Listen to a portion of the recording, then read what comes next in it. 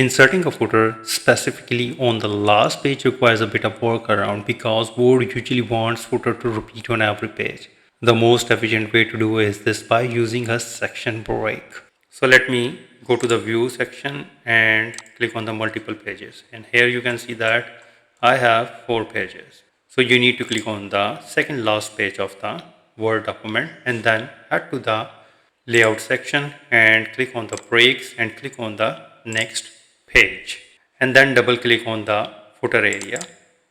The footer area will be enabled, and then in the top menu bar header and footer you need to click on this link to previous and now type the footer you want to insert.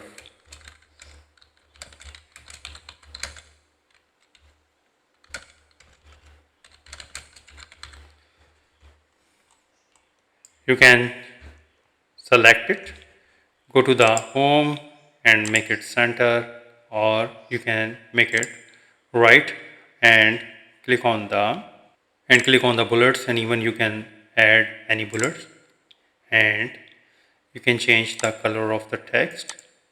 And now double click inside the document and now you can see that footer is only in the last page. So I hope you understand. If you think this video is helpful, please support my channel. Thanks for watching.